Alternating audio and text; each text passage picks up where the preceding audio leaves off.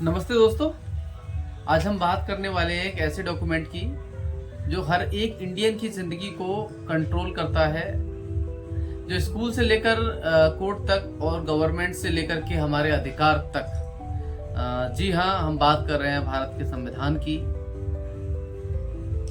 तो आइए दोस्तों, हम सिंपल शब्दों में भारतीय संविधान को समझते हैं। तो संविधान एक रूल बुक है जिसमें देश कैसे काम करता है, गवर्नमेंट कैसे काम करती है और लोगों के मौलिक अधिकार क्या हैं, ये इन सारी चीज़ों का विवरण जो दिया होता है वो भारतीय संविधान में दिया होता है, यानी कि संविधान की किताब में दिया होता है। चलिए बात करते हैं कि भारतीय संविधान कब बना। तो भारतीय संविधान 26 नवंबर 1949 को बनकर रेडी हुआ, जिसको 26 जनवरी 1950 को लागू कर दिया गया था और 26 जनवरी को हम रिपब्लिक डे बनाते हैं।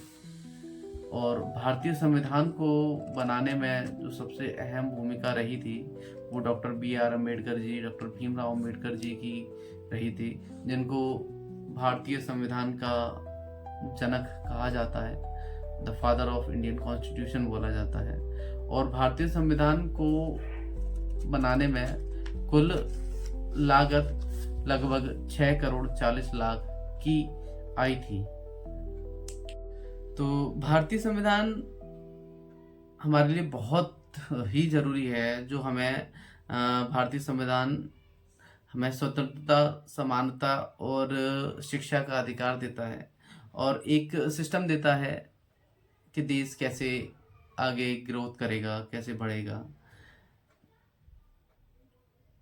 और आपको एक और ख़ास बात बताना चाहता हूँ कि भारत का संविधान दुनिया का यानी कि विश्व का सबसे बड़ा लिखित संविधान है, जिसमें हर एक छोटी छोटी चीज़ को डिटेल में बताया गया है ताकि देश स्मूथली चल सके।